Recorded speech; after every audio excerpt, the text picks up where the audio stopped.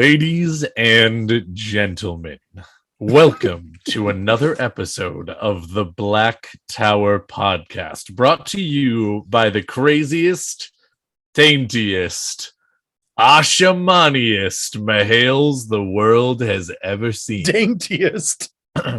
Taintiest. Oh, With taint. a- Let's say there ain't nothing about this boy that's dainty, all right? We are about to take you on a wild ride, one that you are not expecting unless possibly you have listened to us before, in which case you know exactly what to expect, which is to expect nothing, because we defy expectations, especially here on International Women's Day. Defy all expectations all the time, always. But you didn't come here to hear us talk about current events and the holidays that are currently happening. You came here to hear us talk about the Wheel of Time, the 15-ish book series by the illustrious Robert Jordan, finished by the wonderful and absolutely inhuman Brandon Sanderson for your visual pleasure, and then created into a television show by the wonderful people over there at Amazon. And Sony. Before we go any further, it's time to meet our hosts. I am your Amin Khan Mahale, Daniel. I wave the flag. I sing the songs. I am the heartbeat of the Black Tower. I write songs that make the whole world sing. I sing the songs of love and special things. Coming in as your Sorovan. Shut the fuck up. Hail. Doing my best impression of Daniel Manilow over there. I am your Sorovan Mahale, Josh. I command the storm. I call the lightning. Yes, Aiel, you may dance with my lightning. Yeah. And I'm Andrew, your Elijah Mahal. I'll do something with battles or something like that. It's a thing. Oh, wrong side. That side. Ow. I hurt myself. Oh, man. It's great to be back. And in a very awkward turn of events, I will actually have to be right back. So, Says the man who told us he wasn't going to need to leave because he had a mini fridge. And now he has a I know, right? He's all like, oh, because look at me, of I'm the prepared. Sora Van Mahale's ASMR pouring. You know what this is? This is our Battle Mahale being like, I'm prepared for battle, but not for recording. Like, what is that? Come on. Wow. All right. I'm throwing shade because he's not here. Because you know that if you actually said it to his face, he'd have a comeback. Yeah, he'd battle me. Would it be a rap battle? Anyway, it's the Wheel of Time. We talk about the Wheel of Time. You know who we are. We talk about the Wheel of Time. We talk about all Wheel of Time related things. And Correct. Speaking of something that's Wheel of Time related, have you heard about the new Wheel of Time convention? No, I haven't, Josh. What Wheel of Time convention are you talking about? I'm talking about WhatCon, which literally stands for Wheel of Time Convention. That's crazy. Just so you guys know, WhatCon.com. That's fun to say, actually. WhatCon.com. Try it. WhatCon.com. WhatCon.com. Oh, Jesus. WhatCon.com. WhatCon.com forever. WhatCon.com. WhatCon.com forever. Oh my God. I love it. I'm so happy right now. No, WhatCon.com. Go there. The coolest thing about it is that so WhatCon is built by the people for the people. For the fans. By the fans for the fans. And the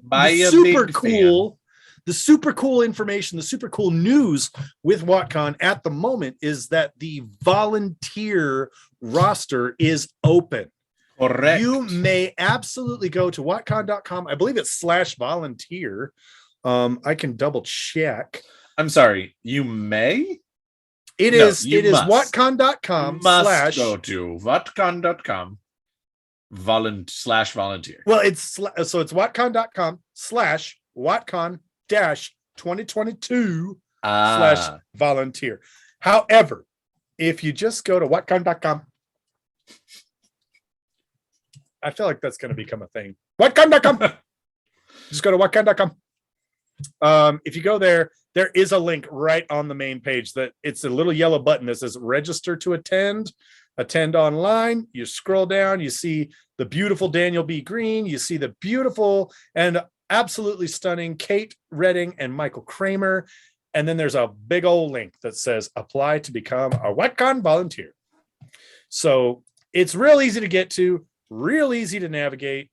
If you want to go to WhatCon and you want to be a part of the most amazing Wheel of Time convention that has ever been created by the fans. Wait. Did you throw enough caveats on there so that it didn't? No, I didn't actually. No, actually, I did not throw enough caveats. If you want to go to the greatest WhatCon convention that's been created by fans that does not take place in Georgia. Yeah, you're good. Keep going. Can I say that? Yeah, sure. Okay. Facts, real talk here. WhatCon's going to be super fun. We're going to be there. It's going to be a great thing. It is the inaugural event. There's going to be pictures. There's going to be food. There's going to be fun. Don't miss out. Indeed. Please go. Please attend. Please enjoy. Please. Just have fun. Just please. And then once you're done with when you need a break from some Wheel of Time and you're like, whoo, not like we need a break from Wheel of Time. You know what I'm saying? I was gonna say that will never happen. If you want to do something on the internet that's not Wheel of Time related, also, I don't know why you'd want to. But you can check out the Crystal Barista. The Crystal Barista is a fantastic little place. You may have heard of it. If you go to facebook.com/rockpick, or if you go to Twitter @rockpick, or if you go to crystalbarista.com. That is the Black Tower Podcast official sponsor. She does rocks, gems, minerals, subscription boxes, jewelry making subscription boxes, anything and everything. She leads field trips out into the field to find your own rocks. So if you've ever had an interest in rocks or currently have an interest in rocks, which are mountains out into the mountains. That's right. Yeah. No, Daniel and Andrew were legitimately concerned for their lives at one point in time, because if we killed them, nobody would have heard them scream. Real facts. Correct. Ashamon's honor. And but it's everything. So go check out the website. Go subscribe to their Facebook, their Twitter, their Instagram, all the goodness. Go do it all. And if you like rocks, consider buying a couple rocks, because shit, man, they're cool. They're sparkly. They are sparkly. And once you are done over at crystalbarista.com, why don't you pop on over to the Black Tower Podcast.com. Black Tower Pod. Yes, Black Tower Pod. Sorry. Black Tower Pod. No cast. Just Black Tower Pod. Just Black Tower Pod. Get all of your information about your tainty boys over here. Who one has just returned. Yeah. All the taintiness. Josh, go fuck yourself. I heard everything. A little late on that. I know. That's what I said. That's but the real ones will appreciate. The real. You the realest. We the best music. The realest and the illest. Oh yeah. Just, I'm excited. Quick note on the volunteer things. There is a time slot, but there is a disclaimer. The times you volunteer for are not binding because the program has not been released yet. So it'll be finalized later. Yes. Also, WhatCon.com. The people who are putting together WhatCon do reserve the right to change the program that hasn't even been released until the day of. So fucking just sign up to volunteer. Know that it could change, but we all love you and you love Wheel of Time. So volunteering is great. Be there or be square, because then you're not a wheel. Ha! Get it? Hey-o! I'll drink to that. Do the thing. For everybody listening, many of our patrons have already received their Mixology books. If you're on Patreon and you didn't get to listen to us live and you haven't seen the announcements or anything by chance, the 21st of March is the cutoff date to add your address to our Patreon if you have not already, so that we can send you your book if you are a patron as of October 16th, 2021. Yeah, speaking of patron as of the start of the Gathering Madness, as of this point, every year, we reserve the right to change that in the future as needs dictate, but we'll entitles you to a copy of the Mixology book. So if we don't have your address or you haven't added it, please go and add it, and also send us a message on Patreon or Discord or Twitter or an email at blacktowerpod@gmail.com and let us know, hey, I added my address or my shipping information. Give me my fucking book. And we will send it to you. Unless you're so 21st. Yeah, 21st of March is the cutoff for that. At that point, all the books we have left that aren't already reserved or whatever the case is that are free will then be eligible for other people that want them to get for sale. We may use one or two as a giveaway. Who knows? We'll see. All that fun stuff. All of these announcements, all this hobbledygook done and out of the way. We look forward to seeing you at JordanCon in April. We're going to be there. You should be there or be square or some other shape. Absolutely. That you want. Be there at JordanCon. I am absolutely there at JordanCon, and I am ridiculously excited to see you. Yeah. And if you're like, cannot even describe how badly I cannot wait to see you. Yeah. And if you're like, hey, those coins are really cool, but I either don't want to or can't be a patron or whatever that kind of stuff is, JordanCon is your one and only time in the year to potentially maybe get one of the coins. That all being said, we're going to roll on your spoiler condoms for you because after fucking 4 years of this, we're well versed in it. So we're going to do that so we can get into the episode. You got to be safe. Welcome to the Black Tower, a Wheel of Time podcast. All right, let's check this one. This podcast will likely be spoiling books 1 through... Oh, what's this? An envelope addressed to me. No name, though. Let's see what's inside. Oh my. This podcast will likely spoil all the books in the series, and apparently being a Patreon will expose you to information that should be left unseen. Protect yourself by pulling that spoiler condom all the way on. And I need a drink. That's way more of Andrew than I have ever wanted to see. Why would you braid it down there? Because why wouldn't I you? Can. Yeah. Because my manliness knows no bounds. Oh God. Yes. Anyway, Daniel, we have a question to answer today. Slash a topic to generally talk about. Depends on if you're going to look at the title of the episode or the topic of the episode. What are we talking about? So we have talked a lot on this show about ta'veren. It is a big thing in the books. The 3 boys from the 2 rivers are described as ta'veren all throughout the books.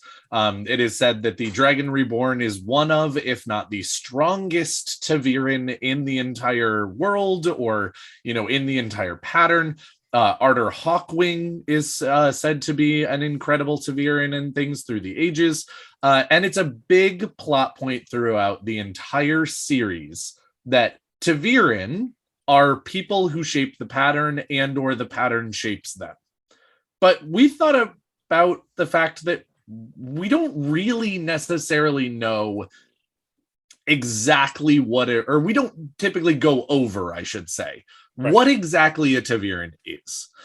We definitely get a lot of information about them in the books, and we get a lot of information about what they do and suggestions that people have about things that they know about Taviran and things like that.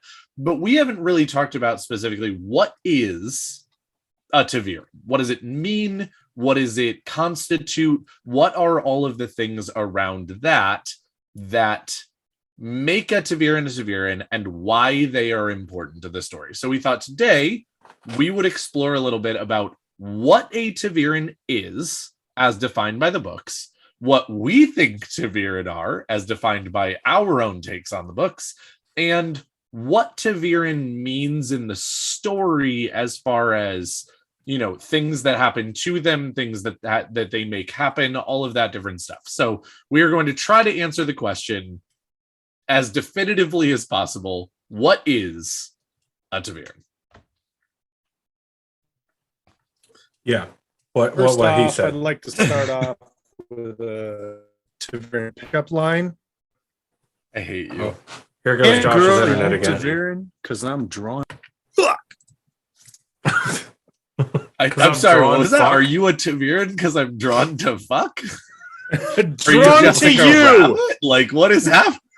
Drawn to you. I'm Damn not it. bad. I'm just drawn to fuck.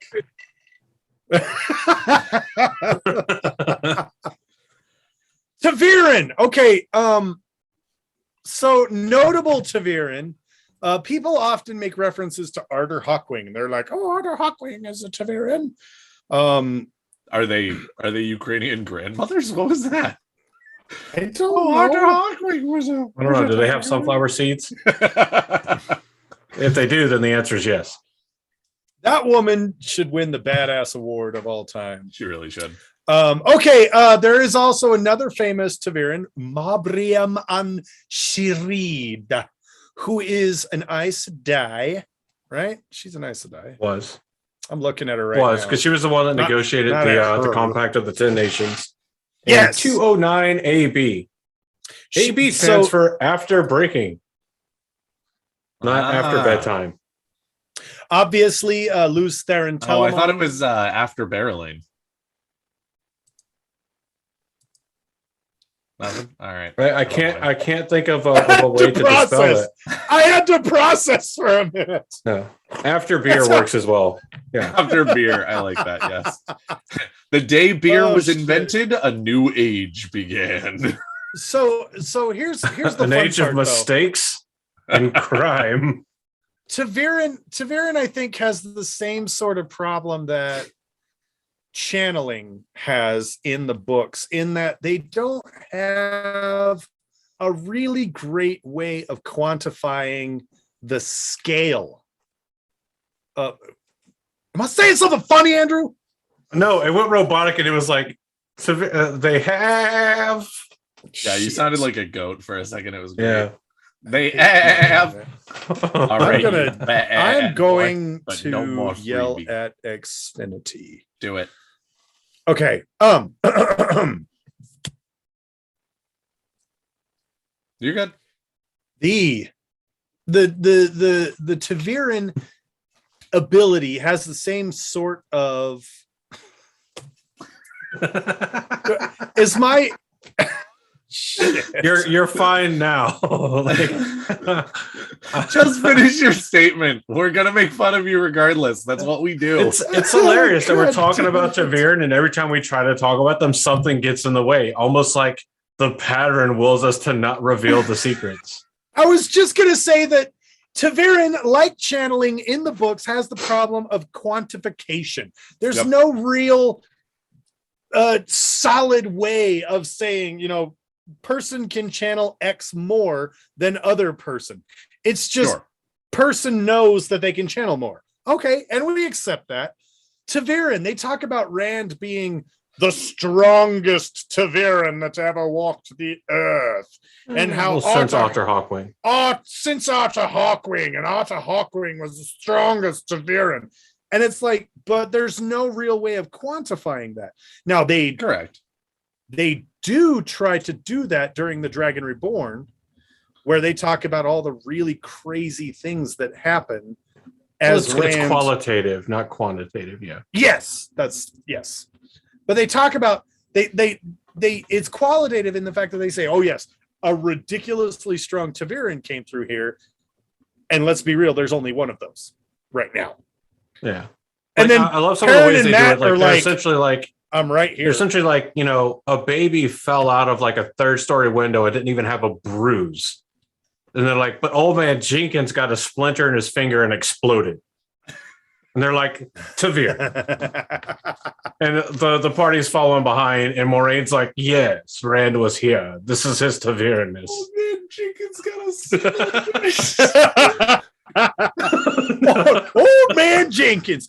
All I can think about is Beverly from the Goldbergs, and she's like, my friend had a nephew who got a splinter and died. And everybody's like, oh yeah, sure, whatever, Bev. And it's like, no, really, that's actually true. So Beverly Goldberg actually knew people who lived in a town with a Taviran. Confirmed. Oh my god. That was I think that's my favorite line we've ever said. I shit you not. I don't know. I still say the one of Maximov is my favorite comment ever, but it was a good one. That was a good one. I'm a little biased, because but anyway, so like the book's way of describing Taviran are focal points in the pattern that the pattern uses to pull other threads in the pattern into alignment with what the pattern wants to happen.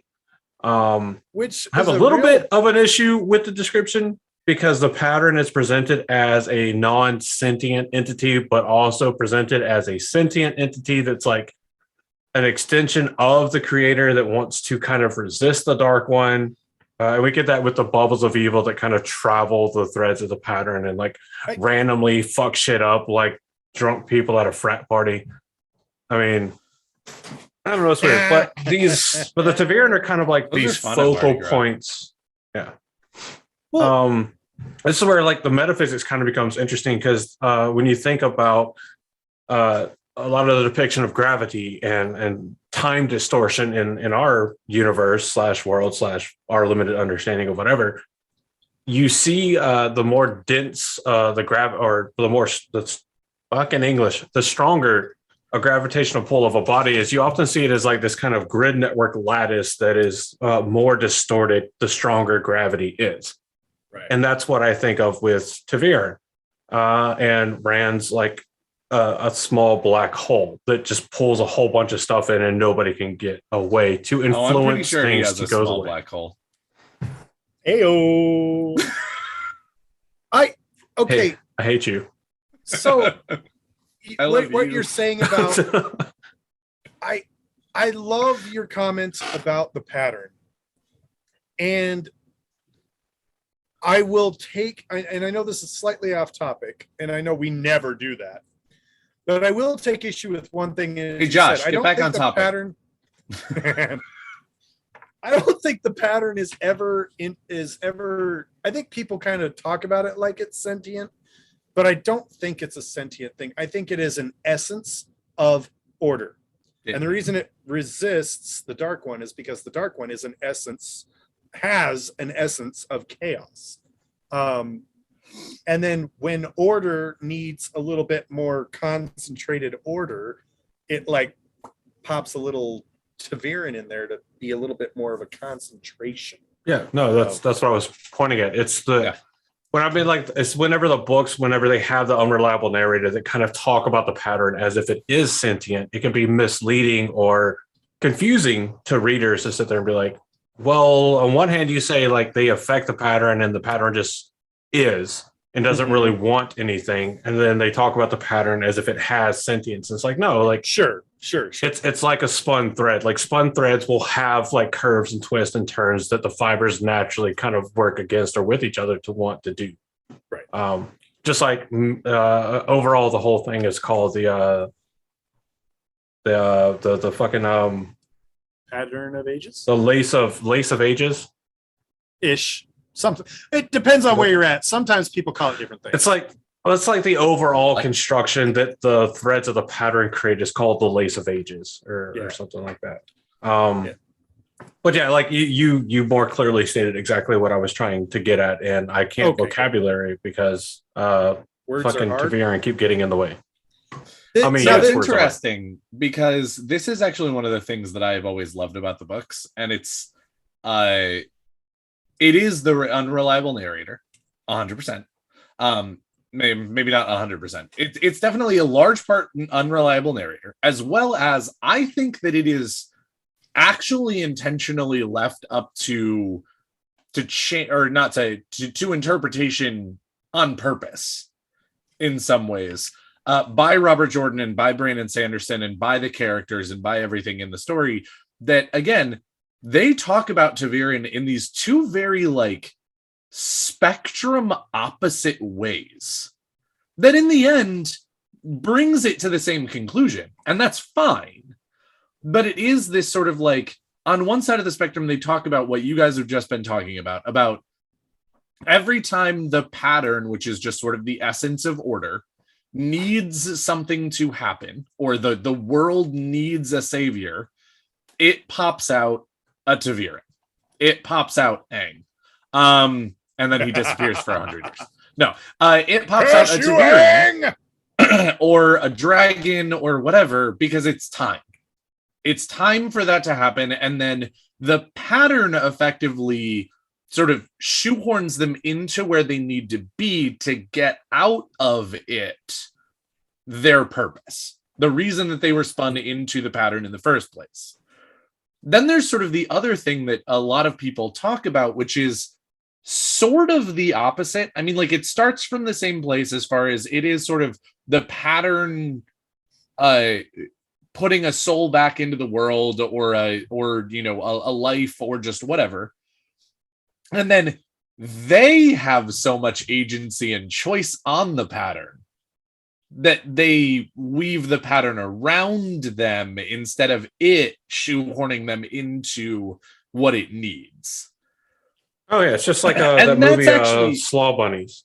Yes. No, it's exactly that way. You've seen the movie Slaw Bunnies? I have. Really? Yeah. What about you, Josh? Have you seen it? I've never even heard of this. Oh, it's really cool. Slaw Bunnies nuts. That's the joke. I walked into that one. You're welcome. You're welcome. I walked right into that one. That's why I said I'd seen it, Josh. I've heard that before. I've heard it before. I've heard the joke before, and I wasn't gonna walk into it a second time. Well, I tell you now, I ain't gonna walk into it a second time myself. No, but I love.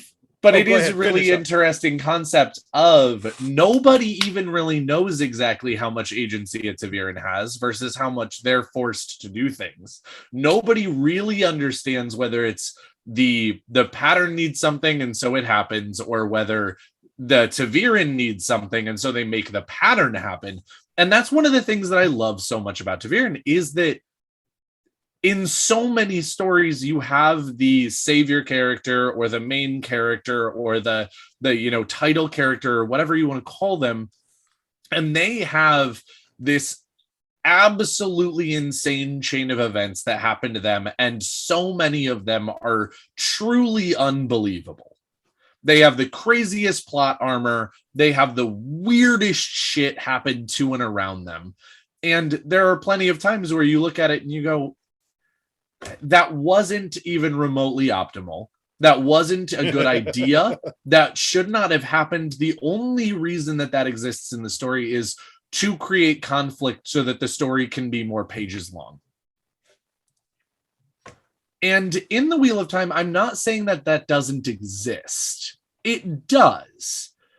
But Robert Jordan went, yeah, that's how stories work. I'm going to make that story relevant rather than going ahead and just beating you over the head with this is the main character so they get to do stuff. It's like a good story reason why these things happen to them. But again, even though it's in there and it's described in a certain way and whatever, it's still this mystery as to why and how and where and when and all of that different stuff. So you never know when it's going to pop up.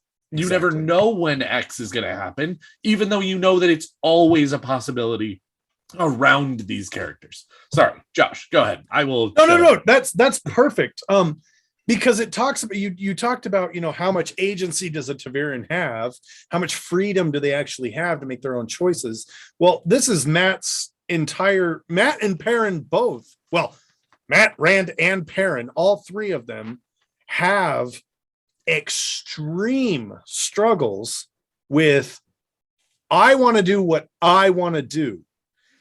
And they've got that beautiful Manetheren stubbornness that strong enough to even halt the mighty Aes Sedai.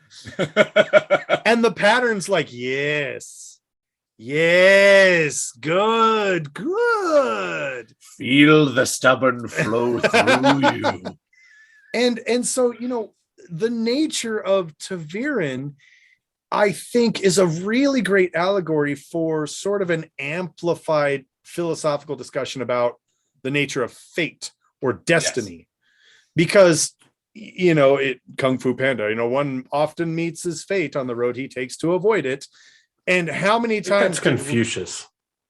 Well, I'm saying Kung Fu Panda, so I'm trying to appeal to a younger audience, Andrew. You would. I mean, it's essentially because along the same sounds kind of creepy and pedophilic. No, not until you just said that. Now there's more editing for Andrew. Good job, Andrew. There you go. More fucking editing. Your heart was in the right place, but your mouth was coming out of your asshole. What the fuck? Oh. So what are we, McNasty on YouTube? What the fuck's going on here? But yeah, no, it's an interesting though. Yeah, because it's interesting because like one of the good parallels is known as like strange attractors, which is a term coined by David Ruel and Floris Takens, and it gets into like this really thick and I don't understand it metaphysical kind of discussion because they were looking at fluid flow, and that could be a very good parallel. I mean, it's a lot of the same thing. We see later that Rand says for as many positive Ta'veren effects as there are an equal amount of negative effects. Right, as you just said, fucking baby Farthing and, you know, old man Jenkins. Old man Jenkins becoming a balloon. Yeah. Yeah. A lot of the same thing happens. I would love to read the little write-up on it, but it includes so many words that I do not have the knowledge base to understand. Aww. Look up attractors and specifically strange attractors, and that seems to be a good parallel for Ta'veren. Maybe we'll find out more about that in, I believe, November. You know, when the next book or the new book comes out. About the origins of the Wheel of Time or something like that. Yeah. But yeah, they become incredibly interesting, and I really like the way that Robert Jordan used this kind of metaphysical, but also mystical ideal to give a reason as to why characters are able to do things that make no logical sense to have happened, but also experience things that have no logical sense to have happened. I mean, if you think of Ta'veren as people that kind of warp and bend the pattern around them, both based on their need, but ultimately their need for the wheel to correct the flow of the pattern, then you get these interesting effects where you're, on one hand, a bunch of marriages happen amongst people that just met 5 minutes ago. And then you have a bunch of divorces from people that have been married for 55 years. Or however long you live in Brandland. I don't fucking know. Probably not 55 years. 6 shit be crazy. Years. God, that's such a lot. Yeah. People, we're living to 35 now. A woman doesn't have to be tied down. There's your movie quote. It's not. There you go. But yeah, so you have all of this happening, but then you also see that it looks like having the Ta'veren pull, and it's unclear how much of this is kind of the Dark One's ability to use Ta'veren pull to his advantage or not, but then you get things bubbles of evil. Yep. that come up, and they're kind of described as like, these are things that just kind of either ride on the threads in the pattern, or they kind of sit stagnant at points that they know they're going to be intercepted with, and like crazy shit happens. Yep. Honestly, I think Taviran are probably some of the most initial kind of examples of Robert Jordan's love for metaphysics, but probably some of the best examples of his love for metaphysics. Mm-hmm. I agree with both of those statements. Yeah. Great success. Great success. And that's the episode, guys. We've just finished. We all There it agreed is. on something, which Taviran means that we don't have anything more to talk about. is under control. We got this. We got this on lock. No, I love the idea, especially when you start to discuss, because people start to think, oh, well, if I can do whatever I want, as Rand begins to, he starts to think, well, if I can do whatever I want, I can will the pattern to do the things that I want it to do, because, hey, baby, I can do no wrong. Everything I do is the right thing because he kind of goes down a rabbit hole in which I don't know, man. It gets weird. And Matt is kind of like on the other opposite spectrum of it. Like, if I go all the way over there, then there's no pattern that it can fuck with me. It all ends up working out. Like, yeah, we get that. It all ends up working out, but it's interesting. Seems like pseudo free will. Yeah. It's interesting to note that the three boys go through life, and you've got to kind of wonder how much of that is them imposing their will on their surroundings, and how much of that is essentially their surroundings sort of, bending the knee to serve them up whatever they need. A great example of this would be Perrin when he's forging and he has no idea what he's forging.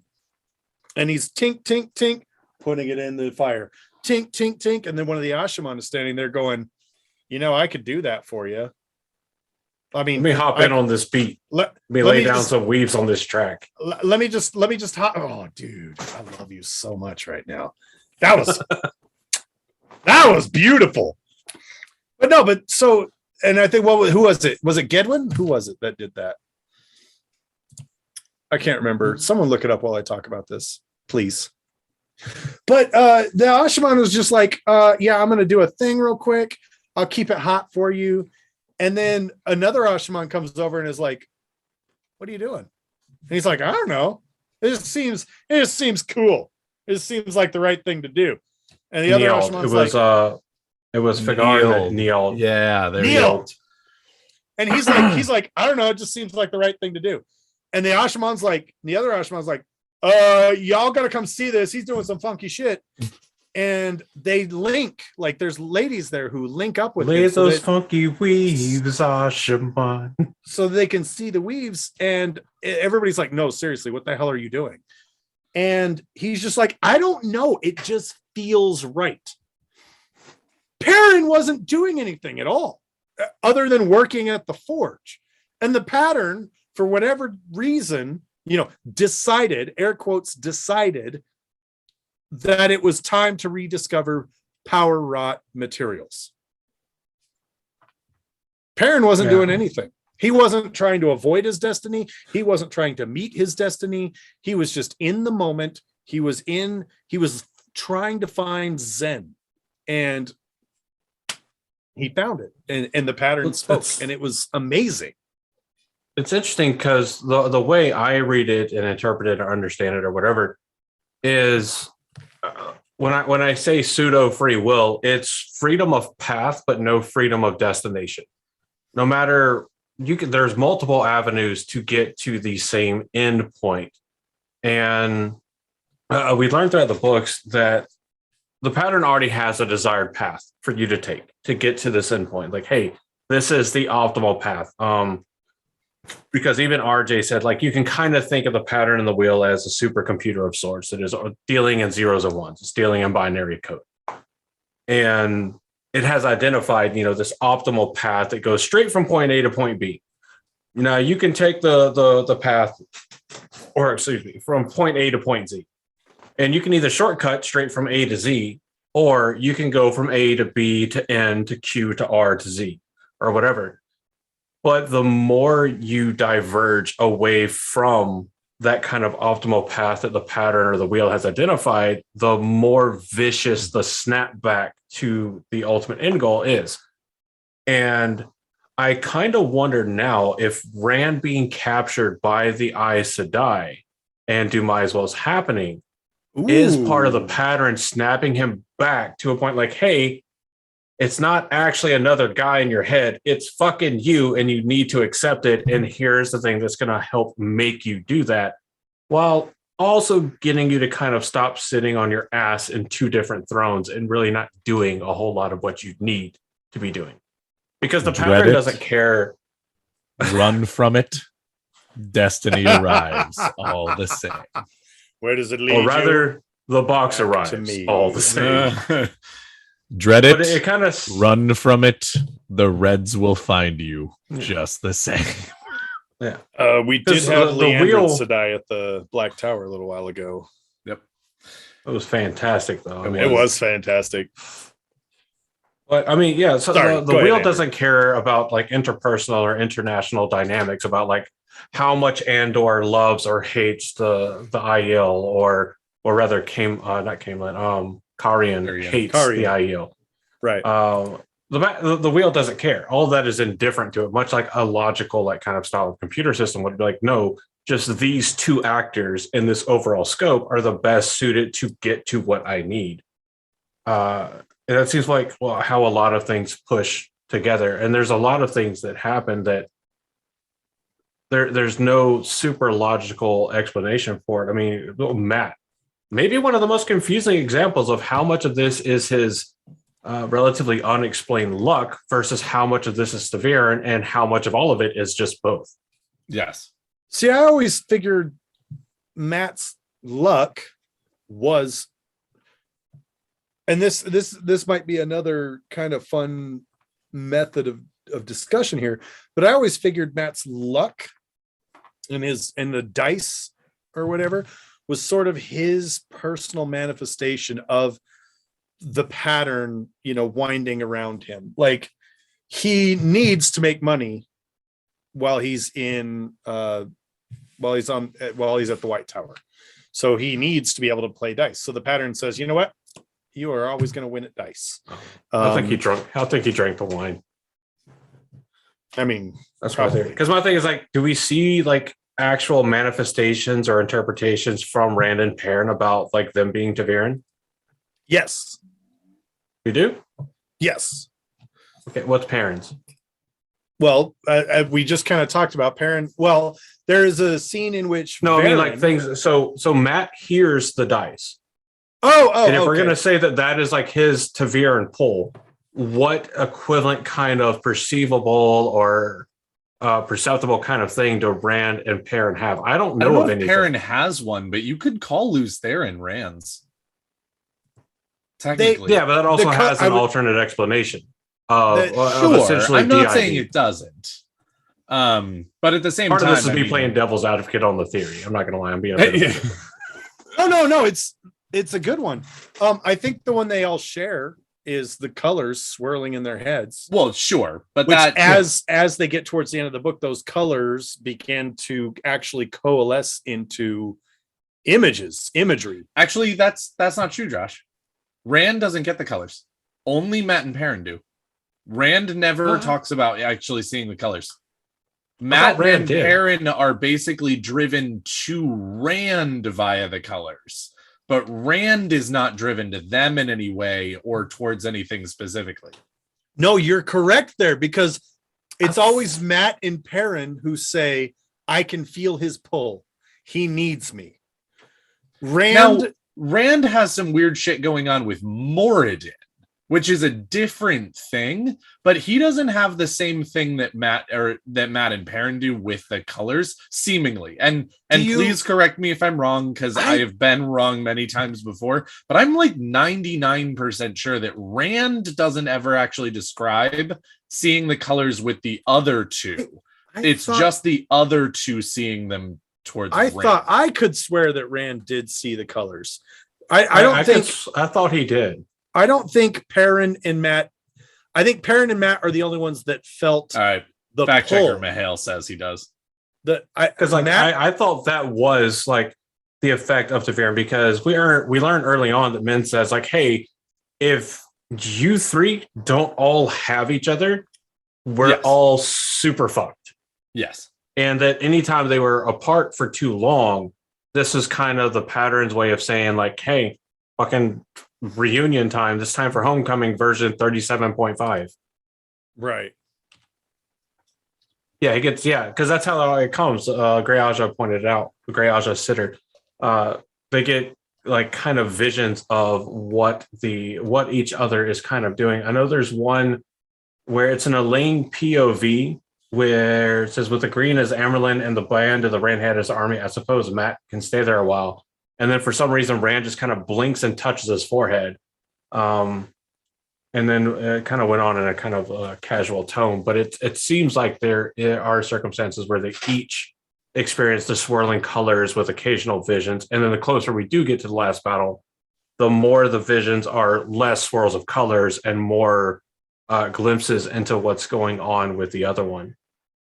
But I think we get most of the views of that from Matt and Perrin, where they're like, they see Rand doing this or Rand doing that, because Rand, being the strongest of the three, seems like he would logically have the strongest pull, because he's marching straight to Tarmogoyf, and the others are kind of weaving around on the wings. Well, and like I was saying earlier in the episode, they actually imply that Rand is a stronger Ta'Veren than the other two. Correct. But they don't have a way of quantifying that. Rand has a pull time, a pull of X times 10, where, Perrin and Matt have a pull of X times 5. I don't know. So yeah, it's FYI, I did look it up. There are like 7 to 10 entries on Perrin and Matt, and then there are 3 entries on Rand of times that he sees the colors. Right. So yeah. Okay, so it does happen, but again, I do think I think what you were getting at was that only Matt and Perrin feel that pull.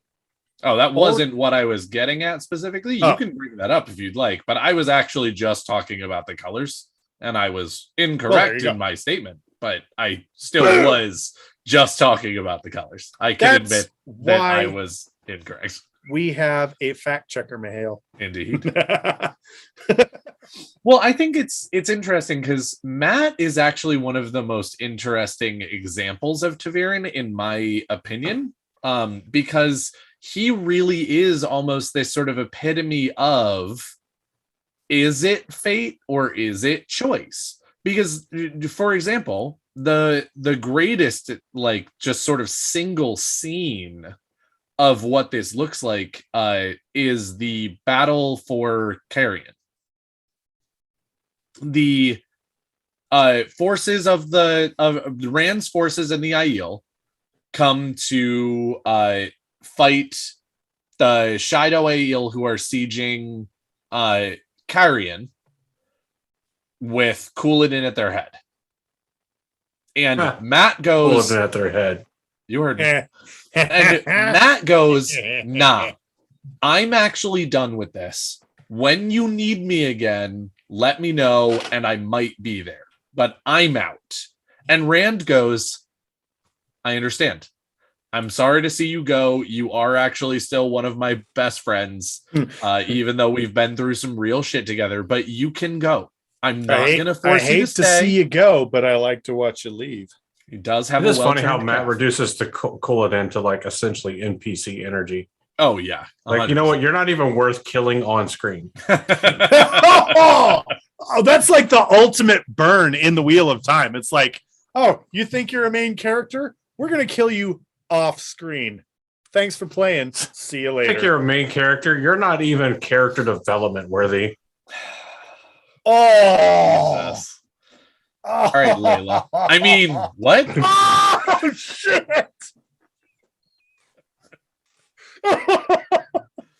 Sorry. I'm so sorry. I take all of everything I've ever said back. What? I quit this podcast. I'm done forever. We're going to give this line of jokes the axe. Man already found all the shade. Now he just needs the water. Holy shit. Hey-o. All right. But again, I like this that but Rand knew it was futile for Mat to run, but does he? I don't know if he actually 100% does. But again, how does Mat go about running away? He keeps on trying to run out of the battle, and he leaves before the battle even technically starts. So he goes and he runs into a situation that, oh wait, it claims that Mat can't run away from.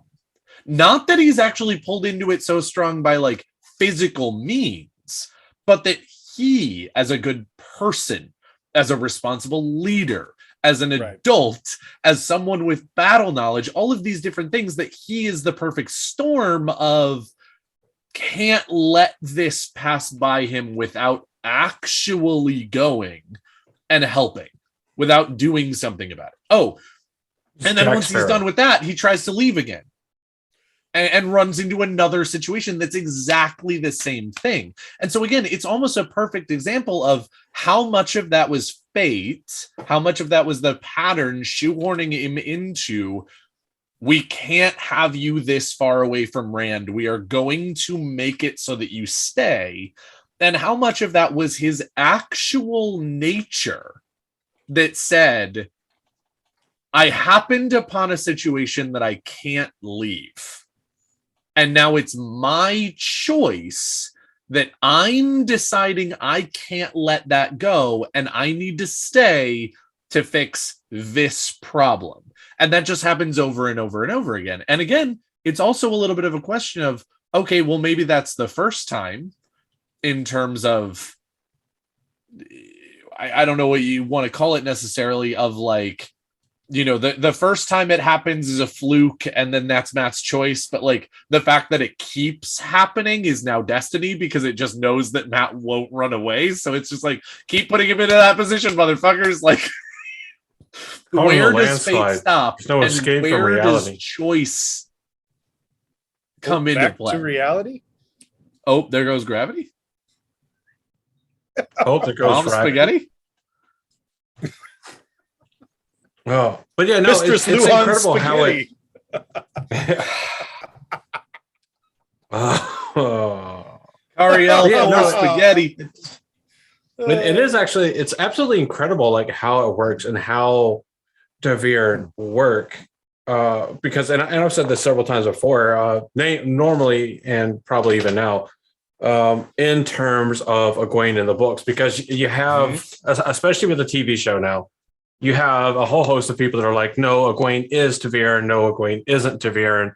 And my proposal, or my proposed resolution, I guess, to the argument is that it's a yes, but no, but yes answer, where she is ta'veren by proxy. That a sufficiently strong force that is going to pull and manipulate the pattern as a focal point to what is needed to happen is also going to have an effect on other threads of other people, which we've obviously seen. So that by nature of being really good friends and close people with our three main ta'veren, our three true ta'veren, if you will, that Egwene and Nynaeve, and at times Lan, and at times Moiraine, and at times pick several other characters, they will become sort of proxy ta'veren.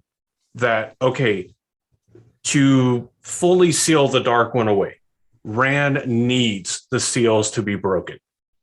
So that ta'veren pull is going to pull in like people like Logain, and it's going to pull in Egwene. And okay, well, to put Egwene in this position where she can do this, she's going to need X, Y, and Z. So then the proxy ta'veren pull is going to pull in X, Y, and Z. And you have this kind of expanding but diminutive in strength kind of ta'veren pull that is going to make the surrounding bodies from that central goal slightly less powerful ta'veren as it goes on beyond that. Because some of the stuff Egwene does or happens around her is absolutely incredible, and it kind of defies some of what you would rationally expect. Like, it absolutely defies sense. Like Eganon, everything about Eganon being there and being like, hey, we were bad, now we're good. coming from the Shan-Chan and being like, yeah, I get it. You just lost your water, but we really need you right now. And that's who just happens to be there. Is like almost like a kind of rounding out and kind of like closure to Egwene's arc, starting kind of with some of the Shan-Chan stuff and then ending with a Shan-Chan kind of coming in and helping her. Can I actually respond real quick, Josh? Because I think this comes down to an interesting question that it's very chicken and egg in terms of the fact that really the question, your answer to the question and why you answer it that way actually tells you a lot about how you think about the question itself. And I think this is a perfect example of that, because a lot of people who say that, oh, no, Egwene isn't ta'veren, are making the argument that that Egwene has more agency than a ta'veren. And so they're attributing all of the things that she does to her doing them. And the people who say, oh, no, she is a ta'veren, are sort of saying, and again, this is a weird line because I'm in neither of these camps in some ways, is the idea that, oh, no, Egwene actually gets put into just the same situations as Rand and Perrin and Mat, and that she is this sort of shoehorned into the pattern person. And so it's a question of whether she has agency or not. And I mean, we actually talked about this when you and I were with Nameless, that I was actually making the argument that she is ta'veren, but also that ta'veren have agency. And that's why I actually think, like, again, I'm sort of an outlier to the question, not because I'm so special and unique, but just because I've always thought that, ta'veren have more agency than a lot of people give them credit for, because I am in the camp of they form the pattern around them rather than the pattern jams them into whatever they need to be. Oh, yeah, because that's where you and I disagreed. Exactly. Because I agree that they have a lot of agency. However, the pattern forces them to follow a path rather than they force the pattern to follow. Sure. And I'm on the side of literally, I absolutely just choose to believe, because again, the story never answers the question. It doesn't definitively answer whether Andrew's correct, whether Daniel's correct, whether X is correct, whether Y is correct. It leaves it open to interpretation. And I choose to interpret it with the idea that the pattern chooses to put a ta'veren into the world, but once the ta'veren is out there, they get to make all of their own choices, and they go ahead and have crazy things happen to them because of their nature, rather than this like being jammed into situations. And that's why when I say Egwene is a ta'veren, I'm not taking away her agency, I'm actually giving her more agency. But people are like, no. If you make Egwene a ta'veren, she actually loses something. And again, it's just it's more of a difference in interpretation of what the word means, rather than a discussion of whether they are or aren't, because it ends up coming back to this discussion of, okay, but what do you interpret ta'veren to mean, Josh? So do you know? I for two things. One, I'm really happy that we brought Egwene up, because I don't think you can have a conversation. I knew from the start we would. Oh, yeah. I don't think you can have a conversation about ta'veren. It's almost like without talking about she's a ta'veren or something, and it was inevitable. Secondly, okay. I have often said that one of the things I love most about you guys and about the show and about the dynamic that we have is that we have three different people from three different walks of life who have three different opinions.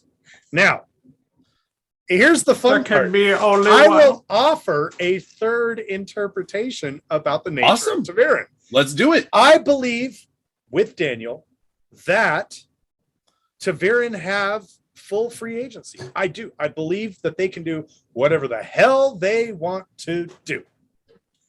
But I also agree with Andrew that the pattern weaves around them and will sort of manipulate their way and say to them, no, this is what you need to be doing. Now, how does that work, right? How can both be true? How does that work? My example of this is when I believe it was Mat, and he's coming through the valley and he's, avoiding conflict. He's avoiding being seen. And Varen goes, hello, Matt. You must be the Taviran whom I'm supposed to meet up with. You must be the Taviran whomstead of. And he goes, lady, I've been avoiding people like you for months. And she goes, yeah, and I've been trying to get back to the White Tower for months. Thanks a lot, dick. And then she starts to illustrate the most ridiculous set of circumstances that prevented her from getting back to the White Tower, because the pattern knew there was a Taviran coming who was acting in a roguish way, doing whatever the fuck they want. And it was like, Varen, you're a powerful thread that can make things happen. Now you're over here with Matt. I would say that Taviran have an extreme amount of agency, like all of us do. The problem is that when you're caught up in the pull of the needs of the pattern, and there's a Taviran nearby, you lose your agency in the light. Your agency sort of becomes a shadow in the light of the Taviran who is nearby.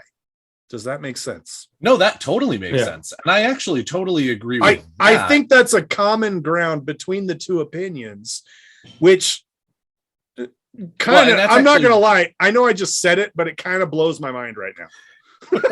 Yeah. So to maybe better clarify, because I don't know exactly how in line or out of line is going to be with any other thought. My view of how Taviran works and the whole agency kind of thing is that the Taviran still have agency of path. However, they have no agency of destination. Yeah. That when the wheel spins out these threads and they spin out the Taviran, the wheel knows start point and it has desired end point. Yep. And the wheel doesn't care how you get to end point. Yeah. As long as you get there. But it will work in ways to use its other threads and your own kind of Taviran kind of pull to snap you back into a path that will bring you to that end point. So if I am traveling from fucking Havelock, North Carolina to Los Angeles, California, I can choose to ride my motorcycle there. Yep. Oh, my poor ass cheeks. I can choose to drive my car there. I can choose to travel up north and go through Utah before I go to LA. I can choose to hug the southern border. I can choose to fly. Those are all different ways that I can use to get there as long as I get there. Now, if I'm like halfway through the trip and I'm like, you know what, I want to go visit Seattle first, the pattern might snap back and be like, oh, this route's closed. You got to go back further south. I still have free agency of the path I am taking to that endpoint. However, no matter what, in terms of Taviran, that pattern will force me to still go towards the endpoint. And the more I try to go in a counter way to it, the harsher the snapback will be. And it will take away the agency of everyone in your way. You want to go to that shop, it's closed. Guess what? That person didn't have the ability to go to work today, which is why that shop is closed. So the other thing is, again, I'm going to ask a question here before I go ahead and make my statement. And again, I'm not pushing you into anything. I just want to legitimately know the answer. Do you think there was ever that in this particular weaving of the pattern, in this particular story, that Rand ever actually had the ability to, or had the possibility in some ways of joining the Dark One or dying? Yes, because the Dark One is the counter to the order of the pattern. So with the Dark One's influence, you can go counter to the ordained agency or the ordained path of the Taviran. So that's actually one of the things that drives me away from that thought of agency of path, but not agency of destination. Because I think that personally, if you don't have agency of destination, it somewhat takes away from the options. Because in my understanding of that, and again, I don't know if there's a way that you can explain it that actually makes it work, or whether you do agree with this or don't agree with this or whatever. I'm going to try to if I can remember it. Yeah, is the idea that if that's true, my view of that sort of theory, of that interpretation of that whatever, is that if that is true, that that the pattern doesn't give you agency of destination, then there was no world, or there was no possibility that Rand turns to the shadow. There was no possibility that in the story that we read that he dies. Because if the pattern actually needs to give him every single thing that needs to happen to get him to sealing the Dark One, which is in this particular book series, the end of the story, the destination, then unless it gets incredibly convoluted, which I guess is part of the point, and I can get that, he can't really ever die, and he can't really ever turn to the shadow if that is the destination. And that, to me, flies in the face of agency in general. And so again, that's why I'm not telling you you're wrong in any way, shape, or form. And if you are listening right now and you also have that interpretation, please do not hear this as me telling you you're incorrect on your interpretation. That is the beauty of interpretations. I just can't wrap my head personally around full agency while also still needing to get to a specified point. Does that make sense? So my response to that would be that the pattern itself and the wheel itself can only influence things of which it has a sort of dominion over, some sort of control or influence over. When you have the Dark One, once his prison is released, this prison initially created by the creator, he exists in the same space and sphere of influence as the creator, as the wheel, as the pattern. So he doesn't exist within the laws of physics. He doesn't exist within the laws of time or space. So he's going to be playing on the same battlefield that the pattern is playing out on. Okay. So whenever you take away that and you put him on the same battlefield as the pattern, then he has the ability to affect the pattern, to take and change how things happen if he is able to work in the influence. And that's what gives the actors within the pattern how much they're going along with the pattern or how much they're not going along with the pattern. That's what allows for that to be a point of contention, a point of concern. Because all the pattern can say is, for me to continue to exist as the wheel, as the pattern, from point A, this thread needs to make it to point Z. However that happens, still needs to happen. But at any point in that, just like with the bubbles of evil, the Dark One has the potential to intercede and break the logical flow because he doesn't exist under the bounds of the pattern. So you can still have... Also factually correct. So you can still have that logical flow from point A to point Z that the pattern wants, but the entity that exists on the same playing field as the pattern and the wheel can intercede and interfere with that because, hey, we're playing on the same battlefield. We're playing 4D chess, where everybody in the pattern is playing 2D chess.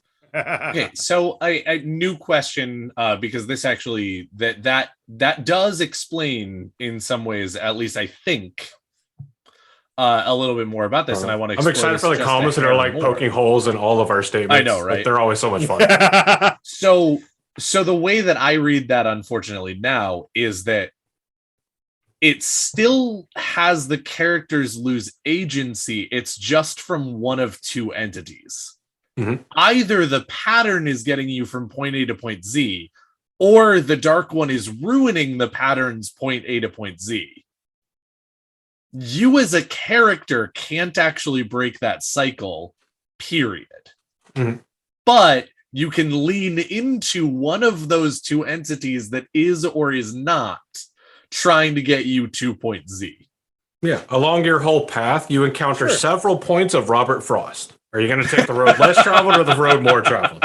That's a great. Okay. See, and again, let me be very, very clear, Andrew. I love that that interpretation, and I actually think it's very interesting, and it makes the Dark One infinitely more dangerous. And I love that.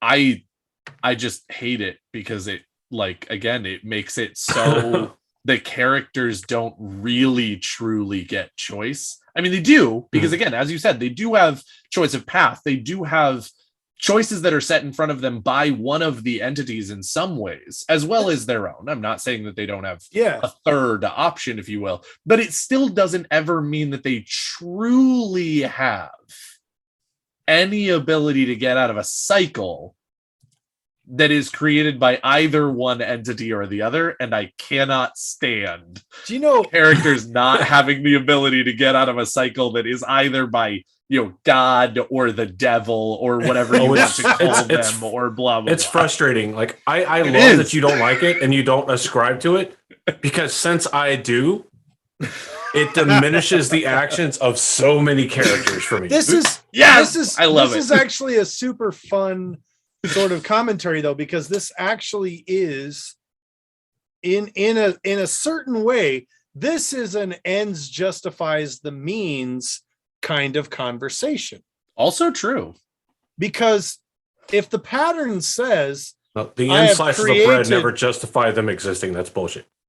But that's a joke. It's a joke. Some of us like ends, motherfucker. No, I actually don't. There are no endings in the Wheel of Bread. Yeah.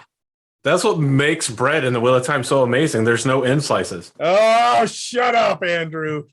This is such a great episode. You suck. No, I was going to say that because if someone has agency to do whatever the hell they want, but it doesn't matter what they do, they will end up at point Z, period, end of story. Then you're saying the ends justifies the means. Kinda, yeah. To a certain extent. Yeah. You're now a lot of times what people say when they say the ends justify the means is what they say it's okay for me to do really, really shitty things, so long as it's in the name of something good or for the cause of something good. But that doesn't necessarily mean that that's what it has to be. It just is the way that it's often used. And so this is sort of an ends justifies the means, in a sense that the pattern's like, do whatever the hell you want. I don't care what you do, you will end up back here. And thus, and how far off the path you go is how much I'm going to hurt you on the way there. Now, and thus you have the argument of order versus chaos. And exactly. Now, I will say that I think that the boys definitely could have ended up somewhere else. They could have. Absolutely. Like, not on Amazon Prime? I believe the boys could have been a show on Netflix. Been on FX if they had even remotely tried to do a good job.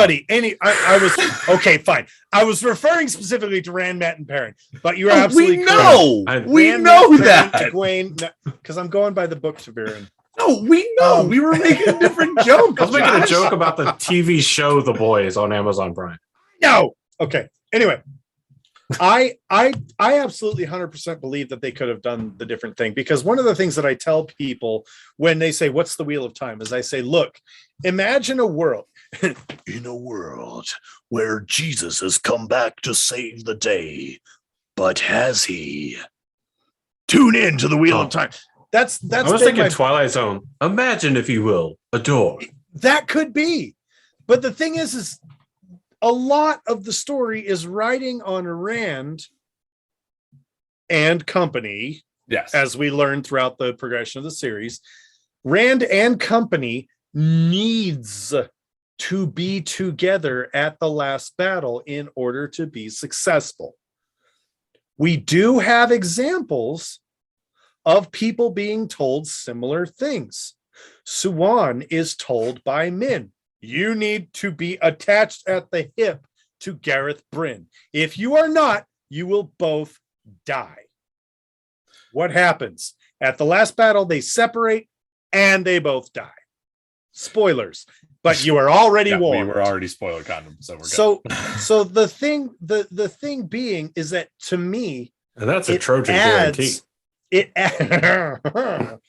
it adds a depth of suspense, mystery, terror, horror. Is Rand going to save the world, or is he going to go insane?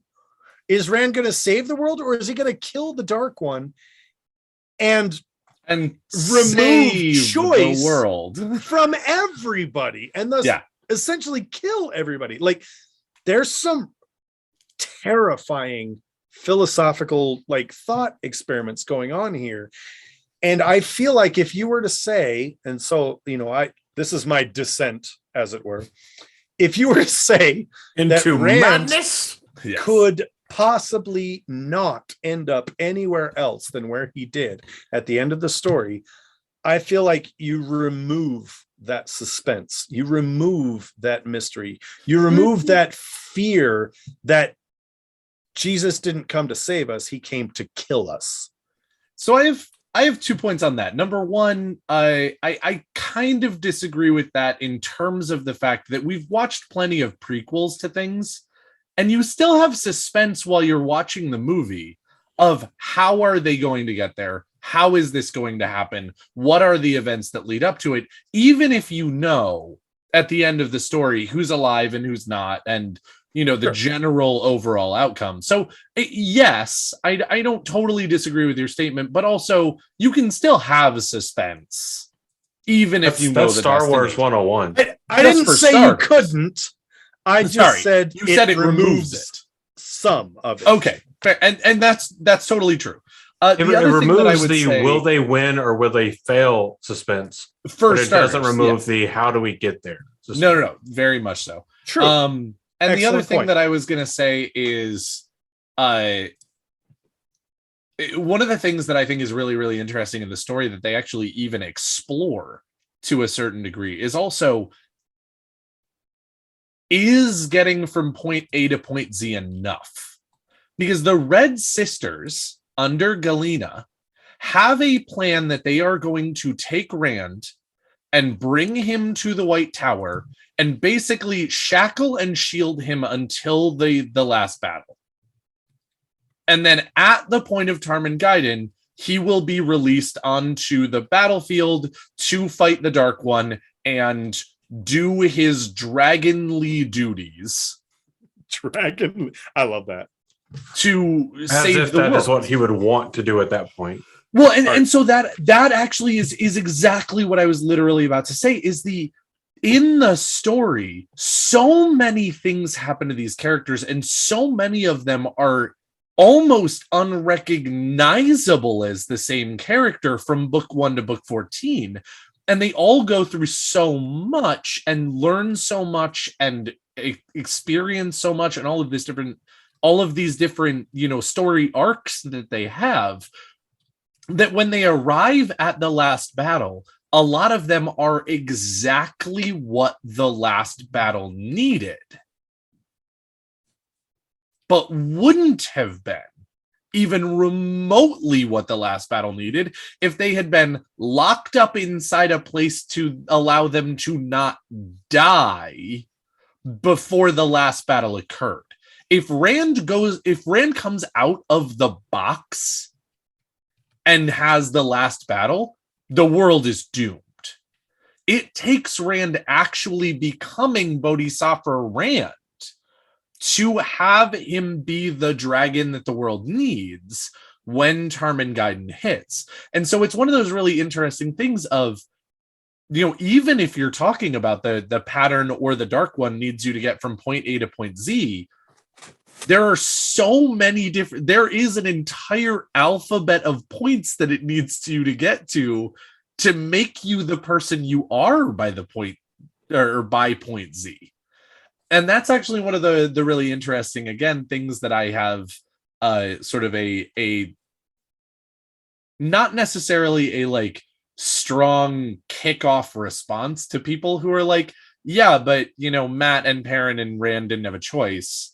The Ta'Veren-ness of them means that they end up sort of being jammed into whatever this needs. And again, I'm not saying that as though anyone here is truly saying that full statement of, but I've heard people say it before. And it's just like, you're making these characters so much less. You are absolutely pigeonholing them into this like weird kind of gross nature that they will have throughout the book series as you're reading it, if that's what you're taking as ta'veren. Now, again, it's not wrong. It's an interpretation that is 100% with the evidence and the description of the book.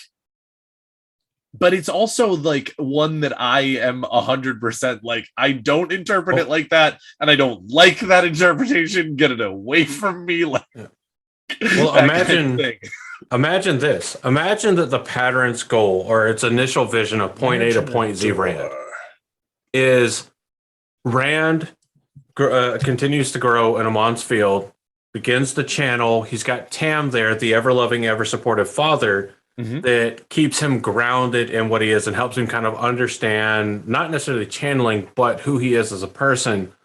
And the from point A to point Z path is a much more understanding, calm, and level-headed Rand that accepts his Luce Theron reborn status a lot earlier. Sure. And the Dark One interference is having Moiraine show up and take him out of Amon's field with the addition of the Trollocs. And then it's like, okay, well, they'll meet at Tar Valon. No, the Dark One kind of intercedes and has them pushed by Trollocs go into Shadar Logoth, which causes the separation, which causes the stop in Caemlyn, which alters the timeline. Like, I think that dynamic of the events, which obviously we can never prove unless it's coming out in November, which I highly doubt. But to me, just that possibility alone that all of the trials and tribulations that Rand goes through are a battle of corrections and alterations and detractions and corrections again of here's what the pattern is trying to get you to do. Here are these I don't want to say unavoidable, but these intercessions by the Dark One that are altering what the pattern would like to be the natural flow, mixed with Rand's own changes in direction that maybe create the suspense and the problematic instances. I mean, I appreciate. I can make the joke about how like it makes was like, oh, I hate this so much until you just said that, and now I'm much more with you on that because again, I like what if we found out that was one of Robert Jordan's notes, like the whole reason the Moiraine even shows up in Amon's field and they go to Shadar Logoth, and that Rand has this list of, oh my God, I'm the reason all these women died, and I'm going to be sexist and say women can't die in battle. And all the shit is the Dark One planting these little tainty seeds along the route to force him to go on all these detours so he has more options to turn him from the A to Z path to the A to 100 path. Yeah. Welcome to the Black Tower podcast, where we once again have bitten off more than we can chew because this subject is so much bigger than we anticipated. Well, no, it is, and it's fair. And it's beautiful, and this is why we love the Wheel of Time. Okay. Well, this is why we have a podcast. This is why the books are amazing, and we will always have the books. And if you just want to read the books, please do. They are enough. I am not saying that they are not enough in and of themselves, but also we have a whole podcast that's more than 100 episodes long because these books are so much more than just what's on the page. And we're gonna continue to have a podcast. Correct. Why? Because there is literally no end to the source material. I mean, look at the Twatcast. Why? Because I gotta. Look at the Twatcast. They're in the 300s. Andrew, you're on it tonight. So final thoughts on diet. ta'veren. Like I know it's difficult to really sum this concept up, and I really think we need to put on the schedule Egwene. Is she a ta'veren or not as an episode? Because we could talk about that for an entire episode. Oh, without a doubt. If you want to hear us talk about whether or not Egwene is a Patreon, leave a comment below. Let us know if you think she is or not. If Egwene's a Patreon? She is a Patreon. Okay, you know what? Egwene would absolutely be a Patreon, but also is she a ta'veren? The taint. The taint. I am so taken with the taint. Daniel, round us out. Final thoughts on ta'veren. All right. Final thoughts on ta'veren. I know that I am definitely. I think in this community, I am more of a dissenting voice on this particular opinion, and that's okay. I'm not saying that that's a good thing. I'm not saying that's a bad thing, and I'm not saying that there's any problem with anyone's opinion on this. But I definitely. I love the idea of ta'veren and that they actually even have more choice in the matter than other people. And that's one of the reasons that I've always thought that Egwene is a ta'veren, and that she actually even again has more choice in her life than anybody else. But again, it's my thoughts on ta'veren are that they are spat out into the pattern because the pattern decides they're necessary. But what they do from the point that they are put into the pattern is entirely up to them. But that the pattern regularly puts them into situations where they can make incredible choices. Like, again, weird things happen to them, but it's not just because the pattern needs something from them. It's not because the pattern is sentient. It's not because of whatever. They get to make every choice that they make. From the time that they are born to the time that they die, they just are put into more weird situations where they get to make more weird choices. And that is my thought on ta'veren. And I've always had that sort of interpretation of what Robert Jordan gives us, even though, again, I will say it one more time because it's important to say, the book never answers the question, and it leaves it up to mystery, and it absolutely leaves it up to interpretation. And it's one of the things that I love about Robert Jordan. It's one of the things that I love about ta'veren in general, and it's one of the things that I will continue to love about discussions about the Wheel of Time, the book series itself, and Robert Jordan's really, in some ways, just genius as far as answering so many questions, but also not answering so many questions when he was writing these books. And so I love the idea of ta'veren. I don't think we will ever truly know what they are, but we are given enough information for everyone to make their own interpretation. And I look forward to hearing everybody's at JordanCon, at WotCon, as Patreons and comments, wherever you want to go ahead and say them. Please let us know, because I will listen to your opinion till the cows come home, even if I don't agree with it, because that's what makes life interesting, and that's what makes this book series interesting. Yeah, Hard for sure. Agree. Andrew? I'd love these kind of episodes where we get to have these really nice and theory land-esque discussions on things from the books. Nice cut. Yeah, because there's so much to it where it is a theory. A lot of this in end is a theory, and this is a lot of the reason why this podcast was started. To talk about overarching themes that will both go into very kind of definitive answers or more definitive answers, and things that are going to be completely open-ended, like ta'veren, because we just don't have the information to answer it. I love the metaphysical discussions. I love the discussion on how does channeling actually work? What does it actually mean to be able to channel? What does ta'veren actually mean? What does being a ta'veren actually mean for the course of your life? Is there predestination? Is there freedom of path but no freedom of destination? Is it all your own doing? And obviously, I'm in the camp that, yeah, you have freedom of path but no freedom of destination, and that the Dark One acts as an outlier interceder in that path you go through. I can't even say that I really thought of the idea that the Dark One's the whole reason that Moiraine even shows up, and then Shadow Logoth and all this other to begin with. I now absolutely love the idea, and not just because I came up with it, because I think it adds like a 4D chess motive for why there's so many problems I dig it. I like it a lot. Yeah, I like it, and that's what makes a lot of the things so fun. I could see why somebody would found something like Theoryland to talk about things like this very early on, leaning on it. And I hope to one day, very soon, maybe within the next 7 days, to find out more about that kind of stuff. So, but we'll see.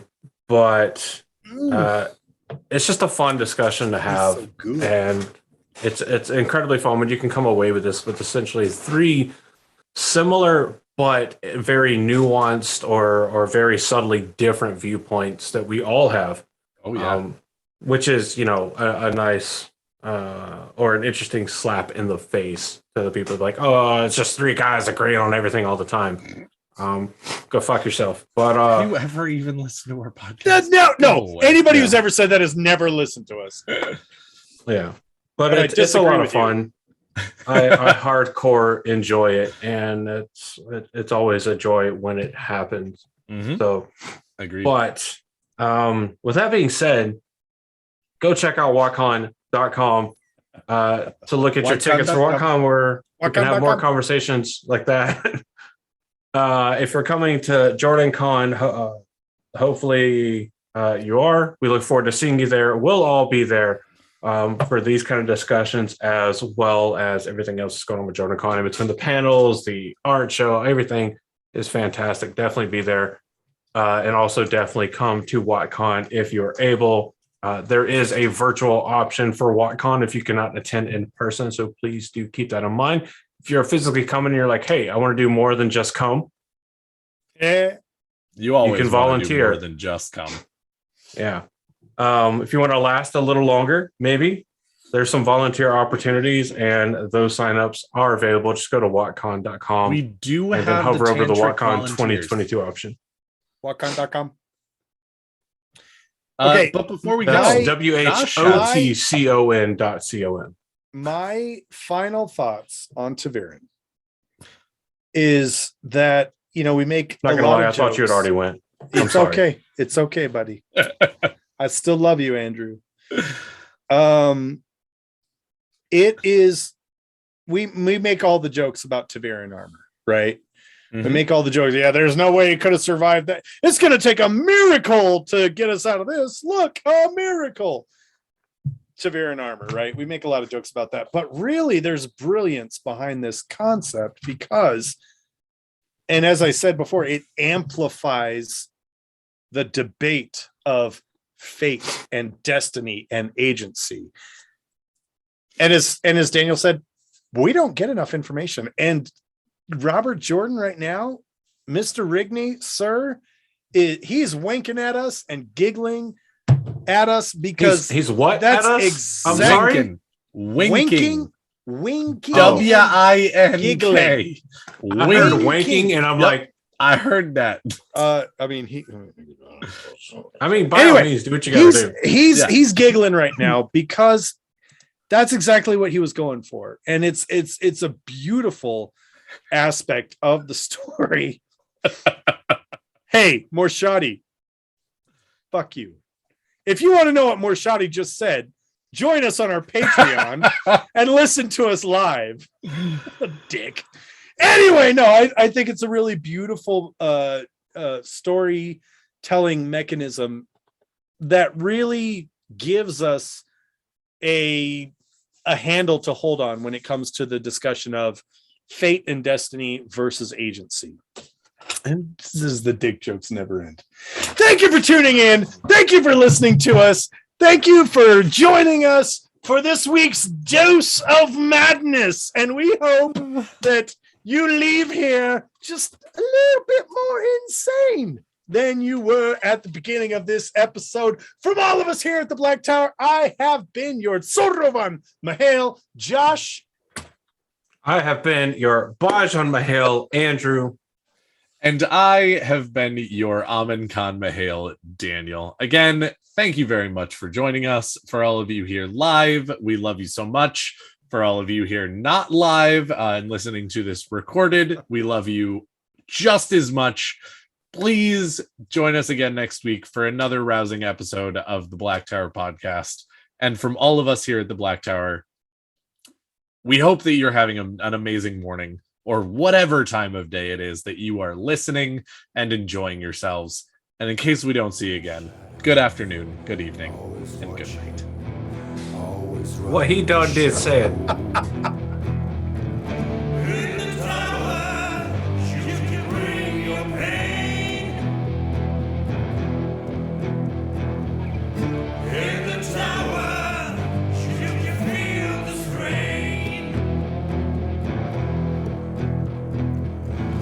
You've been having so much trouble just fitting